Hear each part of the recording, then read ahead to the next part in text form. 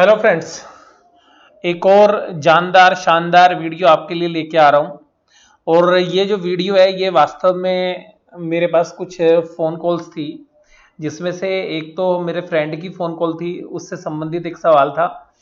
वो सवाल मेरे से कह रहे थे कि भाई साहब ये बताओ कि ये जो डाउ जोन्स है ये बढ़ रहा है, कैक बढ़ रहा है, डैक बढ़ रहा है, एफटीएससी बढ़ रहा है, निकई बढ़ रहा है और हैंगसेंग बढ़ रहा है, ताइवान का इंडेक्स बढ़ रहा है, यूरोप बढ़ रहा है, एशिया बढ़ रहा है, लेकिन हमारे मार्केट में ऐसी क्या नजर लग गई कि हमारे मार्केट जो है गिर रहे हैं।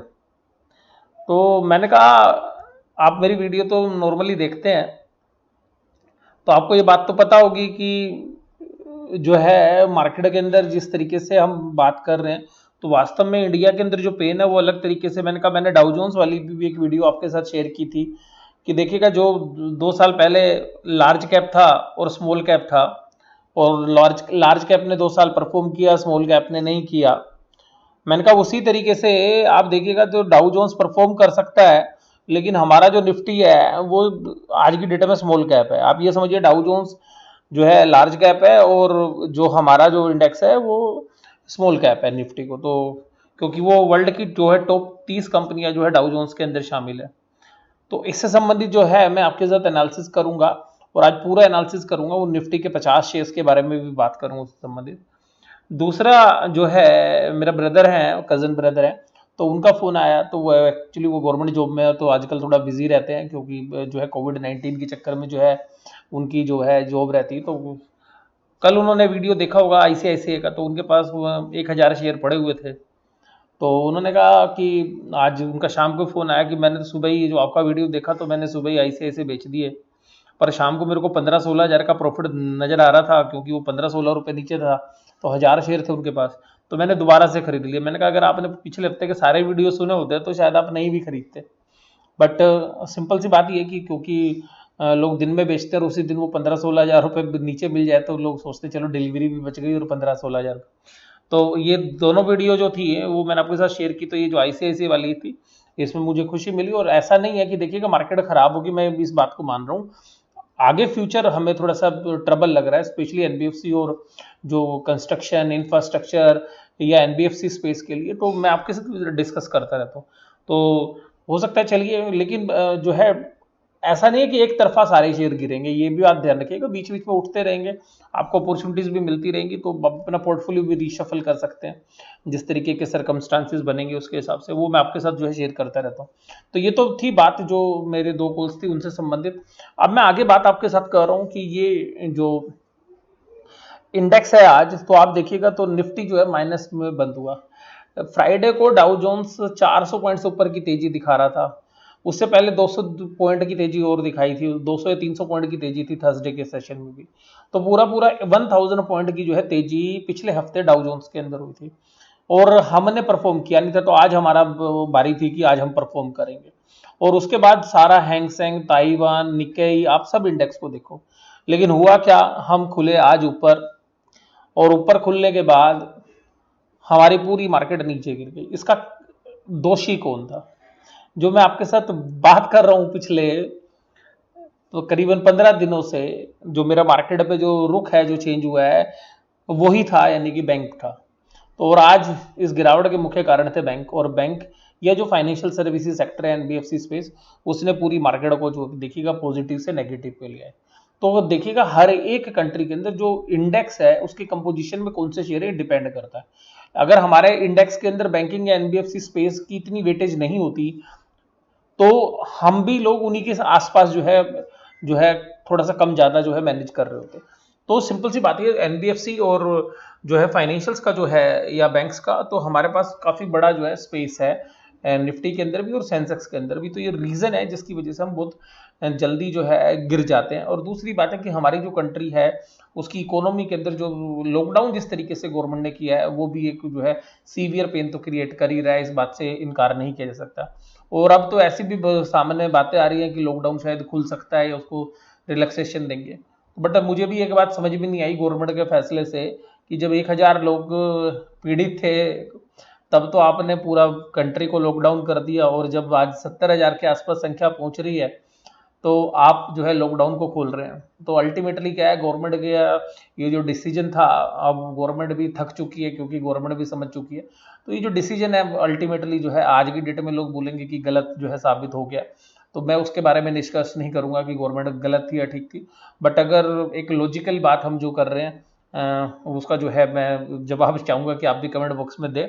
आइएगा अब अपने मुद्दे पर बात करते हैं। तो देखिएगा, सबसे पहली बात ये थी कि ये आज की डे रेंज थी। डे रेंज क्या थी आज की? आज बाजार जो है हाई जो उसने लगाया वो लगाया 9439, यानी कि 9440, और 9400 काफी स्ट्रॉन्ग रेजिस्टेंस था और मार्केट आज इसको बड़े क्लोजली वॉच कर रही थी, जो वास्तव में एफएनओ की जो ट्रेडर्स हैं वो स्पेशली।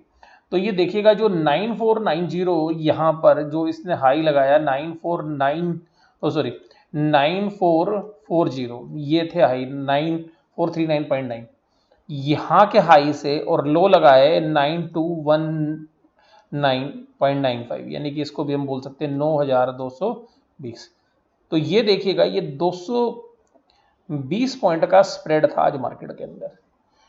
इसका मतलब है कि आप अपने हाई से आज कितना गिरे हैं। तो ये आपको आपकी मार्केट की वीकनेस दिखा रहा था कि किस तरीके से लोगों ने, बड़े प्लेयर्स ने अपना माल जो है ऑफलोड किया ऐसे दिन जहां पर कि सारे इंटरनेशनल मार्केट स्ट्रॉन्ग थे, सारे जो भी क्लूज मिल रहे थे वो सब पॉजिटिव थे, और यहां पर आपने वीकनेस दिखा दी। और उसके बाद देखिएगा, मैं आपके साथ और बात करूंगा, देखिएगा ये कैसे, मतलब आपको हर लेवल पर सेलिंग दिखेगी, एक तरफा जो है माल बेचा गया। लेकिन ऐसा नहीं है कि सारे के सारे 50 के 50 शेयर जो है माइनस में थे। मार्केट तो हमारी फ्लैट ही है आप देखेंगे तो, लेकिन जिन लेवल से गिरी है वो भी बड़ा इंपॉर्टेंट है कि कहां तक गई और फिर कैसे गिरी। आप देखिएगा बाजार में क्या चीजें लीड कर रही थी। लॉकडाउन खुलने की अफवाह थी, अफवाह मानी है या अभी वो सच्चाई बनने वाली है, अभी तक तो खैर अफवाह है, लेकिन आगे hero MotoCorp, Tata Motors, Bajaj auto, Maruti Suzuki, 5 में से 4 शेयर्स ऑटो से संबंधित है, और इनकी जो भी रैली थी वो सब 5% से ऊपर थी। इसका मतलब आज ऑटो ने बहुत ज्यादा निफ्टी को गिरने से बचाया और इन्होंने लीड किया।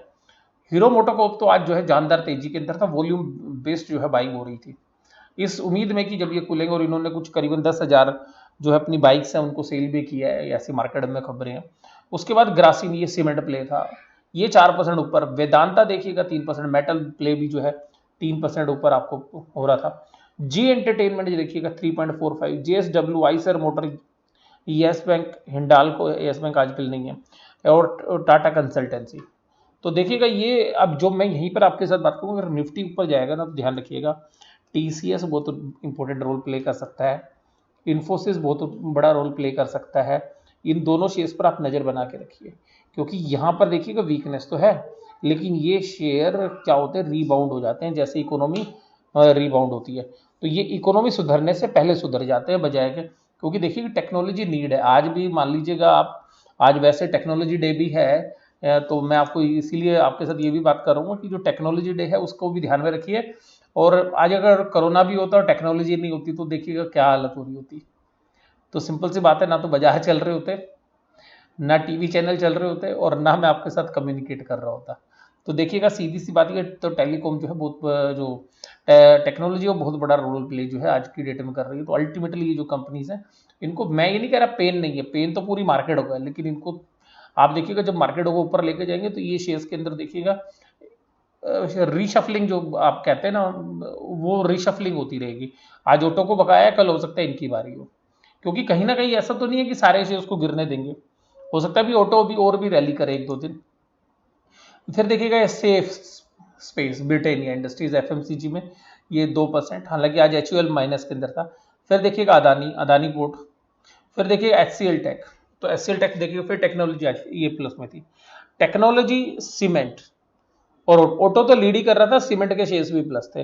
भारतीय टेलीकॉम के शेयर्स भी प्लस थे, आइडिया भी प्लस था, भारतीय एयरटेल भी प्लस था, और इवन क्योंकि रिलायंस भी आज की डेट में टेलीकॉम प्ले है, लेकिन ऊपर के रेट से जो है वो नीचे आ गया क्योंकि उसका राइट इशू की डेट है।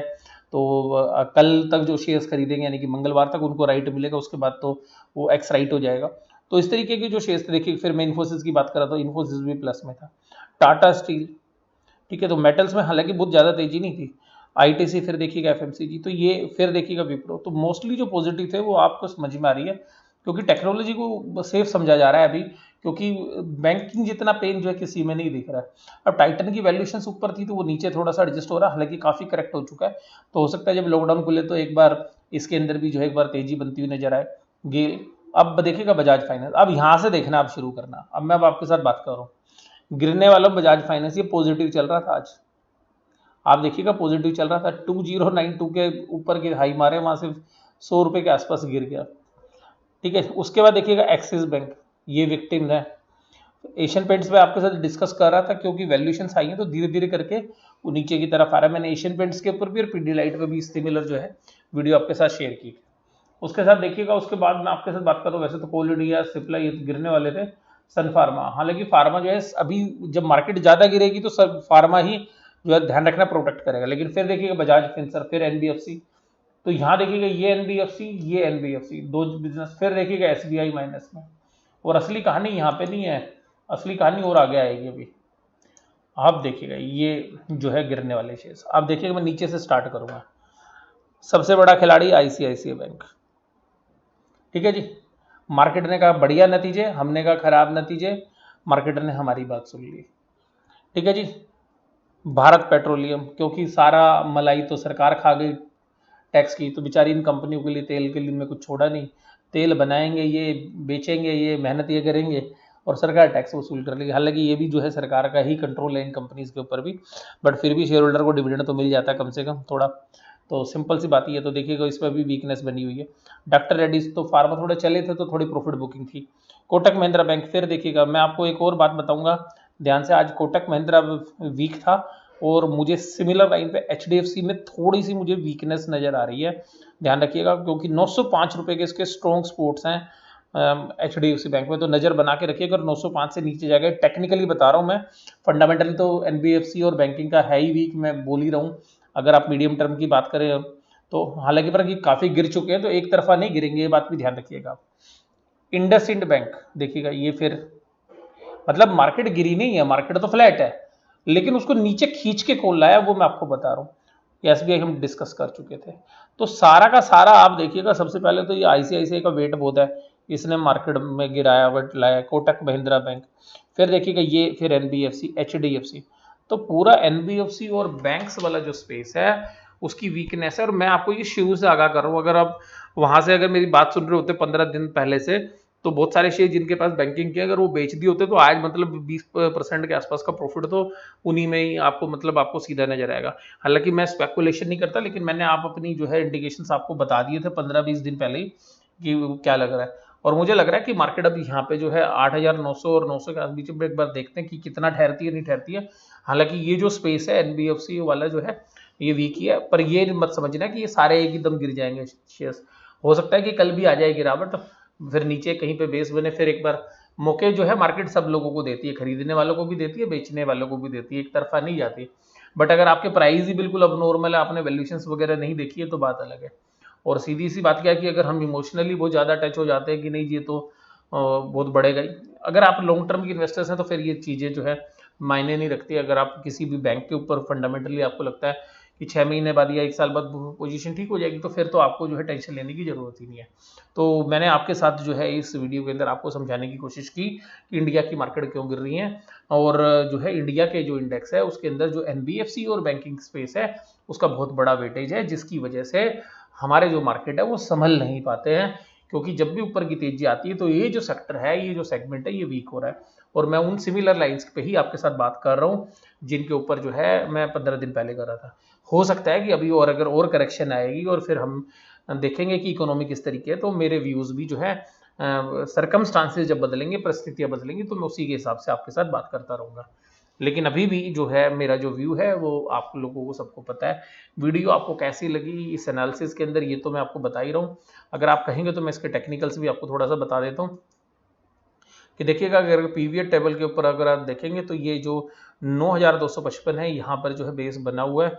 तो हालांकि जो सपोर्ट है वो अभी नीचे की तरफ जो है शिफ्ट हो रही है। अगर कल मार्केट अगर, क्योंकि अभी डाउ जोन्स अभी थोड़ा सा स्लाइटली जो है नेगेटिव नोट में कर रहा था, क्योंकि अभी तो खुले ही थे जब मैं वीडियो बना रहा था, तो पूरा मैं आपको उसके बारे में अभी नहीं बता पाऊंगा। और इसी तरीके से जो टेक्निकल्स अगर हम वैसे पैरामीटर्स को देखें तो अभी MACD जो लाइन है, जो ऑस्किलेटर्स हैं, वो भी थोड़े से जो है नेगेटिव जो है होते हुए जा रहे हैं। अगर मैं उनमें बात करूं तो आपके साथ, तो देखिएगा अगर ये यहाँ पर हम बात करते हैं, ये देखिएगा, तो जो मूविंग एवरेज है इन पे थोड़ा सा आप ध्यान रखिएगा। तो बाकी जो इंडिकेटर्स हैं, ऑस्किलेटर्स तो सब स्ट्रॉन्ग सेल दिखा रहे हैं निफ्टी को, ठीक है, लेकिन ऐसा नहीं होता कि एकदम गिर जाती हैं, पर हाँ वीकनेस है इंडेक्स के अंदर, इस बात से तो जो है इनकार नहीं कर सकते। जब सब तेज थे तब हम गिर गए, और रीज़न भी मैंने आपके साथ जो है डिस्कस किए। देखिएगा अगर हम मूविंग एवरेजेस की बात करेंगे तो शॉर्ट टर्म के अंदर ये जो मूविंग एवरेज है 9296, ठीक है जी। अब मार्केट जो हमारे बंद हुए हैं वो वास्तव में सिंपल मूविंग एवरेज 9296, अभी तो हमारे जो बाजार है उनसे ऊपर ही बंद हो रहे हैं। हालांकि वो सिंपल की बजाय एक्सपोनेंशियल मूविंग एवरेज देखना चाहिए। एक्सपोनेंशियल मूविंग एवरेज क्या होती है वो मैं किस दिन आपको अलग से जो है आपको समझा दूंगा वीडियो के माध्यम से, या अलग से आपको कि किस तरीके। तो ये एक्सपोनेंशियल मूविंग एवरेजेस ही ज़्यादा इंपॉर्टेंट होती हैं, जो कि ज़्यादा, क्योंकि इसमें एक पीरियड से ज़्यादा पीरियड को जो है कंसिडर किया जाता है। इसमें वेटेड एवरेज का भी जो है कम्बिनेशन होता है, और जो एक पीरियड्स है उसको वेट भी करके जो है कैलकुलेट करते हैं।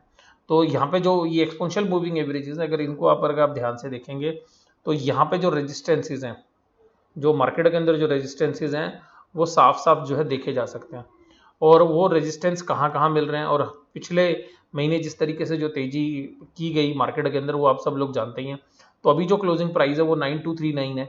तो जो 9239 के जो प्राइजेज है जहाँ पर निफ्टी क्लोज हुआ है, तो 9240 बोल सकते हैं। तो ये देखिएगा 9295 10 दिन के मूविंग एवरेज के नीचे है, 5 दिन के मूविंग एवरेज के नीचे है, 20 दिन के मूविंग एवरेज के नीचे है, 50 दिन के मूविंग एवरेज के नीचे, और बाकी 100 और 200 के तो है ही नीचे। तो सिंपल सी बात ये है। तो ये जो मूविंग एवरेज, हालांकि ये जो आप मूविंग एवरेजेस देखेंगे तो इन मूविंग एवरेजेस से जो नीचे है ये इंडिकेट कर रहा है। और वैसे भी अगर आप जो है investing.com की साइट पे भी अगर आप इनका टेक्निकल एनालिसिस देखेंगे तो वो स्ट्रॉन्ग सेल जो है इसको भी बता रहे हैं। तो सिंपल सी बात यहाँ पर ये है कि अभी, लेकिन आप ये मत समझिएगा कि यहाँ पे अगर आपने एक बार स्ट्रॉन्ग सेल्स ली और सुबह जाके आपने निफ्टी को जो सेल कर दिया, उससे कुछ नहीं होने वाला है, वो गलत डायरेक्शन होती है। तो ट्रेड के लिए जो है आप अपना पहले जो है अच्छे से महारत हासिल करिए या ट्रेनिंग लीजिए, उसके बाद ही आप करिए। इन्वेस्टमेंट से संबंधित जो बातें हैं वो मैं आपके साथ जो है जनरली करता हूँ, लेकिन इन्वेस्टमेंट के साथ जो है थोड़े से टेक्निकल्स मैं आपको इसलिए आइडिया दे देता हूँ कि आपको खरीदने की जो टाइमिंग है वो ठीक हो सके, कि कब आपको खरीदना है, वो जिससे कि आपको अच्छे प्राइजेस मिल जाए। अगर आप जो को भी बाइंग करें तो रीजनेबल प्राइस पर आपको माल मिल जाए। तो ये जो वीडियो है ये मैंने आपके साथ शेयर किया, जो है आज की बात मैंने की। और फिर जो आपके सवाल थे कि डाउ जोन्स वगैरह सब चढ़ते हैं फिर भी हम क्यों गिरते हैं, तो उस सवाल का जवाब शायद आपको मिल गया होगा। और मैं अपनी बात जो है यहीं पे समाप्त करता हूँ। वीडियो इसी तरीके से देखते रहिए। वीडियो देखने के लिए धन्यवाद। Thank you very much.